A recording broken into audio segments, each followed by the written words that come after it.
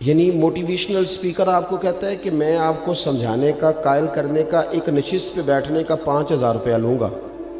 اور ہمارے اسٹوڈنٹ وہ 5,000 روپیہ دے کے اس کے پاس بیٹھتے ہیں تاکہ تھوڑا موٹیویٹ کر دے، لیکن اتنی کتابیں لے کے عالم جمعے والے دن بیٹھا ہے، اتنی کتابیں لے کے،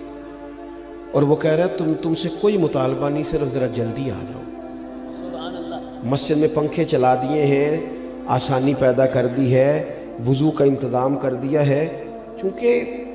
میں آپ کو ذمہ داری سے کہتا ہوں کہ کچھ چیزوں کے لیے بندے کا دل اگر اس طرح کھل جائے نا جس طرح ہونا چاہیے۔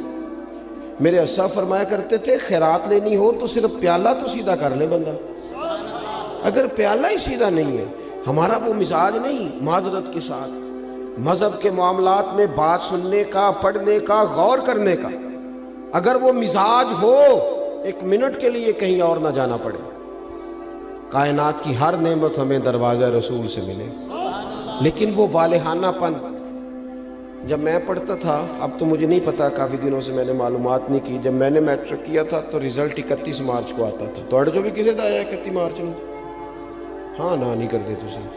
31 مارچ کو میٹرک کا رزلٹ آتا تھا، تو جنہوں نے پیپر دیے ہوتے تھے وہ 1 مارچ سے نماز بھی شروع کر لیتے تھے، اور ان کے ابا جی بھی شروع کر لیتے تھے، چونکہ پیپر دیے ہوتے تھے نا۔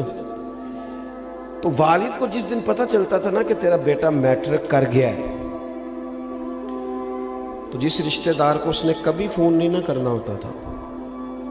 وہ خوش اتنا ہوتا تھا، ابا اتنا خوش ہوتا تھا کہ وہ فون کر کے پاجی مبارک ہوئے تہاڈا بھتیجا 10 پاس کر گیا ہے۔ یہ خوشی تھی، خوشی سنبھالی، بعض اوقات جب صحیح معنوں میں خوشی ہو تو پھر وہ سنبھالی، صدقے جاواں واری جاواں یہ اماں ہی کہتی ہے، اور سجدہ بھی اسی کو ہی ہے، لیکن کبھی پتر کا قد باپ کے برابر ہو جائے تو بات ابے سے بھی سنبھالی کوئی نہیں جاتی۔ وہ کہتا ہے اب مجھے خیر ہے میرا بیٹا، وہ الگ بات ہے، اب بیٹا شادی کے 6 ماہ بعد کہ میں نے علیحدہ ہونا ہے، وہ معاملہ الگ ہے، لیکن باپ بڑا راضی ہوتا ہے کہ قد برابر ہو گیا، پڑھ گیا، قابل ہو گیا۔ صحیح کہہ رہا ہوں، یہ والہانہ پن ہوتا ہے، والہانہ پن رشتوں میں ہوتا ہے، رشتوں کی حساسیت بتاتا ہے، نہ سمجھ آئے تو پھر حضرت انس بن مالک رضی اللہ تعالیٰ عنہ فرماتے ہیں مجھے وہ دن نہیں بھولتا جس دن اللہ کے رسول مکے سے ہجرت کر کے مدینہ طیبہ آئے تھے۔ کوئی حضور کی اونٹنی کے آگے، کوئی پیچھے، کوئی دائیں، کوئی بائیں، کوئی یا محمدہ یا رسول اللہ کا نعرہ لگاتا تھا۔ بنو نجار بڑا قبیلہ تھا، بڑا، وہ قبیلوں میں اعزاز رکھتا تھا، ان کی بچیاں دف لے کے بیٹھ گئیں، خوشی سنبھالی نہیں جا رہی، وہ ننھی بچیاں جو بیٹھ کر وہاں دف بجاتی تھیں، رسول پاک کی جانب اشارے کر کے گاتی تھیں اور کہتی تھی ہمیں معمولی نہ سمجھنا، ہم ہیں بچیاں نجار کے عالی گھرانے کی، ہمیں خوشی ہے آمنہ کے لال کے تشریف لانے کی۔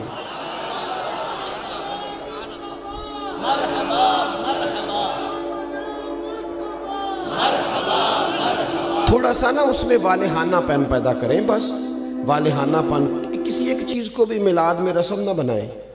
ساڑی مسیح تے محفل نہ ہوئی تے بندے کی آکھن گے، یہ بات چھوڑ دیں، بندے نے آکھن لی محفل کرانی، یہ تو رب رسول کی رضا والا کام ہے،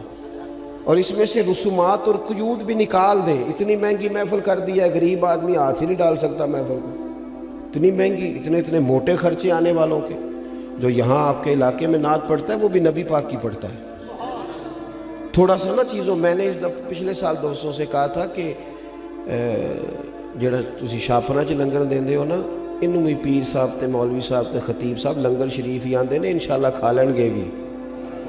سب کا لنگر ایک جیسا پکایا کرو، بہت سارے غریب گھروں میں سارا سال نہیں گوشت پکتا، اگر زیادہ بوٹیاں ڈال کے میلاد شریف پہ بٹھا کے طریقے سے کھلاؤ گے نا کھانا، تو ہو سکتا ہے ماڑے بندے کے بچے اپنے باپ سے پوچھیں کہ ابا جی سان تے کدی انج نہیں لبا، یہ اج کی ہے، اس بھی رو کے آکھنا پتر رج کے کھاؤ، اج نہیں کوئی تانوں ڈکدا، اج میرے نبی پاک دا میلاد شریف، لیکن اس میں جذبات لے کے آئیں، احساسات لے کے آئیں، اس کا بھی وہ والا ماحول نہ بنائیں جن نے 2 لاکھ دیتا ہو مہمان خصوصی، سٹیج دی زینت بس کریں۔ حضور کی محفل میلاد کا مہمان خصوصی وہ ہے جو آ کے فجر کی اذان دیتا ہے، جو مسجد میں جھاڑو دیتا ہے، جو رسول اللہ کے دین کی نوکری کرتا ہے، نہ سمجھ آئے تو بخاری شریف سے اس خاتون کا واقعہ نکال کے دیکھو جو میرے نبی پاک کی مسجد میں جھاڑو دیتی تھی۔ صحابہ نے حضور کو تکلیف دینا پسند نہ کیا اور جنازہ پڑھ کے دفن کر دیا تو حضور قبر پہ آ کے کھڑے ہو گئے، اور ساری دنیا گنبد خضرا پہ، اور حضور کسی کی قبر پہ آ جائیں۔ نبی کریم آ گئے قبر پہ کیونکہ یہ مسجد میں جھاڑو دیتی ہے، حضور قبر پہ کھڑے ہو گئے۔ ویسے تو دوسرا جنازہ جائز نہیں، لیکن وارثوں نے نہ پڑھا ہو تو پھر جائز ہوتا ہے، اور حضور تو خود وارث ہے نا ساری امت کے۔ تو نبی پاک نے قبر پہ کھڑے ہو کے فرمایا بناؤ صفے، میں دوبارہ جنازہ پڑھاؤں گا۔ تھوڑا سا نا حقیقتوں کا سفر کرے۔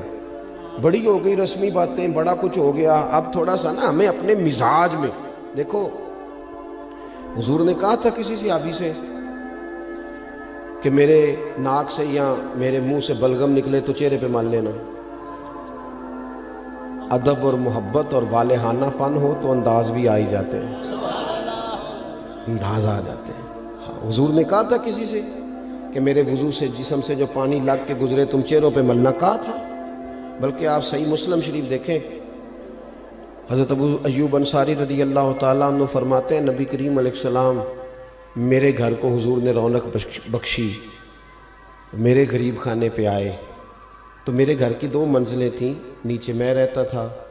اوپر کئی دفعہ بچے ہوتے تھے یا خالی ہوتا تھا۔ جب محبوب تشریف لے آئے تو میں نے عرض کی حضور جو آپ پسند کریں، تو فرمایا میں نیچے رہتا ہوں، لوگوں نے آنے جانا ہے، لوگوں کو آسانی ہوگی۔ حضرت ابو ایوب انصاری کہتے ہیں بچے لے کے چھت پہ چلا گیا، لیٹ گیا۔ رات کو میں اٹھا، اچانک آنکھ کھلی، چھت پہ چل رہا تھا تو میرے دل میں خیال آیا کہ ابو ایوب کہیں ایسا نہ ہو کہ جہاں تیرے پیر ہیں وہاں نیچے حضور آرام فرما ہو۔ خیال آیا، یعنی اگر حضور اس کو بطور ادب ان کے سامنے بیان کرتے تو محبوب فرماتے ادب یہ ہے کہ میں اوپر رہتا ہوں تو نیچے رہے، لیکن نبی پاک صلی اللہ تعالیٰ علیہ وآلہ وسلم نے ایک اور انداز، صحابہ نے ایک اور انداز ہمیں حضور کی غلامی کا سکھایا کہ یہ حضور نے کہا نہیں۔ حضرت ابو ایوب کہتے ہیں مجھے وہ خیال آیا تو میں ایک کونے میں ساری رات کھڑا رہا، اور وہاں میں نے ساری رات بیٹھ کے گزار دی۔ صبح آ کے عرض کی یا رسول اللہ میرے بس کی بات نہیں ہے چھت پہ رہنا، جہاں نیچے آپ تشریف فرما ہو۔ محبوب نے یوں نظر اٹھا کے چہرہ دیکھا اور ان کی قلبی کیفیت اور ان کے باڈی لینگویج اور ان کا انداز کا اخلاص، فرمایا ٹھیک ہے تو بچے لے کے نیچے آ جا اور میں اوپر چلا جاتا ہوں۔ یہ صحابہ نے نا ہمیں حضور کے ساتھ والہانہ پن، ایک تو محبت کا والہانہ پن، ادب کا والہانہ پن، اور تیسری بات، اور اسی کے قریب جا کے میں نے بات سمیٹ دینی ہے، وہ نبی پاک کا حکم ماننے میں والہانہ پن رکھتے تھے۔ آج کل کسی دوست سے کہے نا نماز پڑھو، وہ کہنا ہے تسی دعا کرو میرے لیے، میں نماز پڑھا کراں، تو میں کہنا بینک تنخواہ آ جائے کدی نہیں کسی دعا کرائی کہ دعا کر دیو میرا تنخواہ لین جان نو دل نہیں کرتا پیا، کرائی کبھی یہ ہنسنے کی باتیں نہیں ہے، اللہ معاف کرے۔ مسجد میں کیوں ہنسنا ہے جی ہم نے؟ او بھائی کبھی دعا کرائی ہے کہ فلانے بندے سے پیسے لینے ہیں، وہ کہہ رہا ہے کہ پیسے لے جا کہ میرا جانے کو دل نہیں کر، کرائی ہے دعا کبھی؟ بولو نا، دل کرتا جانے کو، مسجد آنے کو کیوں نہیں کرتا؟ عجیب بات ہے نا کہ میری جی سویرے آنکھ نہیں کھلتی، میں دیکھتا ہوں نا جس کی صبح 4 بجے باہر کی فلائٹ ہو اس کی آنکھ کھلتی ہے کہ نہیں کھلتی۔ کس طرح کا مذاق ہم کرتے ہیں اپنے آپ کے ساتھ، اور ہر آدمی کا حکم مقدم ہے میرے تیرے لیے، اور جو نبی پاک نے حکم دیا ہے میں کسی غیر سے جا کے کہوں کہ چہرے پہ داڑھی رکھ، نبی پاک کی سنت ہے نا، تو حضور کے غلام سے کہنا ہے نا، اور حضور کا غلام کہہ رہا ہے میں ابھی نیک نہیں، میں کیسے رکھ لوں؟ یہ کس حدیث میں لکھا ہے کہ جو پورا نیک ہو وہ داڑھی رکھے گا؟ حلال حرام کے مسئلوں میں جو امت آج تک احتیاط نہ کرے، ہم پاک رسول کے ماننے والے ہیں۔ نبی پاک نے اپنے مقدس قدموں کی برکت سے اس امت کو پاکیزگی عطا فرمائی ہے، کیسے لقمہ حرام ہمارے منہ میں جا سکتا ہے؟ کس طرح بھلا؟ طبیعت کیسے گوارا کرتی؟ مجھے بتاؤ نا، آپ سے سوال پوچھتا ہوں، آپ کی توجہ ہے میری بات پر؟ گوشت پکا ہوا ہو نا بڑا بہترین بکرے کا، اور مسالہ بھی مرضی کا ہو، بندہ 2-3 لقمے کھا لے اور مزہ بڑا آیا، تو پھر ایک بندے نے کہہ دیا کہ یہ نا صدقے کا ہے، آپ کے منہ میں اس کا ذائقہ بدل جاتا ہے۔ صحیح کہہ رہا ہوں؟ جس طرح آپ کے منہ میں، اور اگر کسی نے کہہ دیا یہ تو مردار ہے، ذبح ہی نہیں کیا گیا تھا، تو ہو سکتا ہے الٹی بھی آ جائے، کہہ کر دے کہ یار یہ ٹھیک نہیں۔ تو میرے بھائی، جس طرح اس پر کہہ آتی ہے نا ایک لقمے پر کہ یہ حرام ہے، اس طرح تیرے پاس جب 50 لاکھ حرام کا آئے اس پر بھی کہہ آنی چاہیے، اس پر بھی تجھے الٹی آئے، تجھے گھن آئے۔ حضور نے اس طرح تزکیہ کیا، یتلو علیکم آیاتنا ویزکیکم، اس طرح تزکیہ کیا تھا کہ ان کے قریب کوئی شے ناجائز آ سکتی نہیں، سوال ہی پیدا نہیں ہوتا تھا، ذہن سازی ہو گئی تھی۔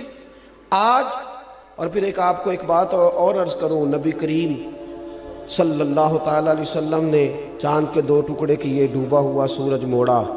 پتھروں درختوں نے حضور کا کلمہ پڑھا، لیکن یہ ساری شانیں حضور کی بعد میں معروف ہوئی ہیں۔ نبی پاک کی جو بات سب سے پہلے لوگوں کے پاس آئی تھی وہ تو صادق اور امین ہونا ہے۔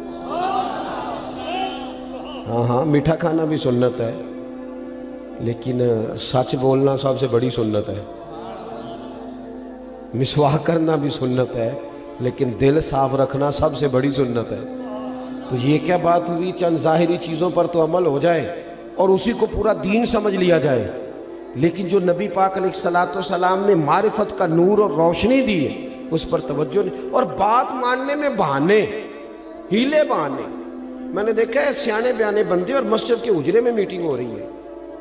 اور انہوں نے کئی مولویوں کی پگڑیاں بھی کھول دی ہیں کہ فلانا کوئی کام نہیں کرتا، فلانا پیر غلط ہے، ان کو ساری تبصرے آتے ہیں۔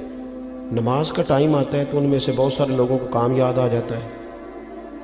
کئی کہتے ہیں میں نے وہاں جا کے پڑھنی ہے۔ یہ کیا صرف لفظوں کا ہیر پھیر ہے؟ صرف ہم نے وہ، میں جاتا ہوں نا، اب تو خیر مشکل ہو گیا ہے زیادہ جانا، ادارے کی مصروفیت بڑھتی جا رہی ہے دن بدن، لیکن میں دیکھتا ہوں کہ 21ویں محفل ہے جی ہماری، بانی محفل بتاتا ہے آپ نماز پڑھتے ہیں کہ نہیں دعا کرو، 21 مولوی مل کے بھی تجھے نیک نہیں کر سکے۔ میں نے کہا آج کے بعد نہ بتانا کسی کو، وہ کہیں گے کس طرح کے لوگ ہیں، 21 بندے آئے اس کے پاس اور ایک کی بھی بات نہیں سن سکا۔ چیزوں کو اصل پہ لائیں، اصل ہوتی ہے، اور بنیادیں ٹھیک نہ ہوں تو پھر آپ عمارتیں کھڑی کریں، کیسے کھڑی ہوں گی؟